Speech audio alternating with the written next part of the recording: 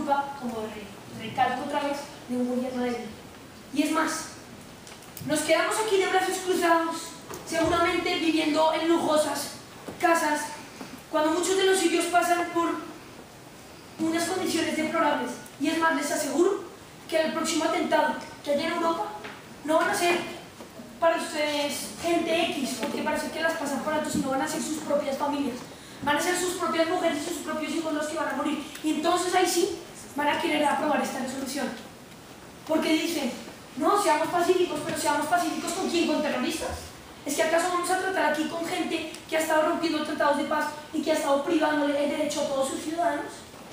Quiere decirle al señor Bashar al-Assad, que en su discurso de apertura decía que la oposición no tenía un gobierno fuerte como para reinarse, que si es fuerte el de tener un gobierno en el que se ha provocado 220.000 muertes, o un gobierno que ha provocado 11 millones de desplazados y 3.9 millones de refugiados que no han podido ser aún aceptados en Europa.